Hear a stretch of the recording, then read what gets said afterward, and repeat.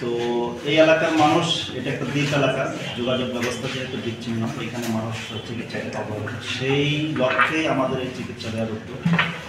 তো অবশ্যই আমরা এই চিকিৎসাটা আজকে যেটা দিচ্ছি, এটা আমরা শুধু মানে ক্লিনিক্যাল অ্যাসেসমেন্টের মাধ্যমে দিতে পারছি। এইটা যদি আমরা পরীক্ষা নিরীক্ষার মাধ্যমে আরও দেওয়া বিষয়, তো সেটা অবশ্যই ভালো হবে, কিন্তু মেডিকেল চিকিৎসাটা এমন যে আসলে এই জিনিসগুলোর সাথে সাথে নিয়ে নিয়োগ করা যায় না। তো ভবিষ্যতে যদি এরকম ব্যবস্থা করা হয়, সেক্ষেত্রে দিলে পরে রোগীদের অবশ্যই আরও বেশি উপকার হবে। আমরা সেটা চেষ্টা করবো, যদি অথরিটি এবং পরবর্তীতে যদি এরকম উদ্যোগ নেয়, আমরা সদা প্রস্তুত আছি এরকম চিকিৎসা দেওয়ার জন্য।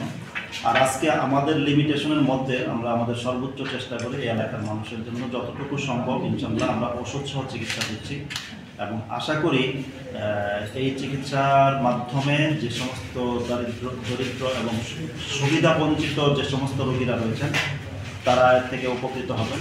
কারণ তারা যদি সামান্যতম উপকৃত হন, তাহলে আমাদের এই প্রচেষ্টা সফল হবে।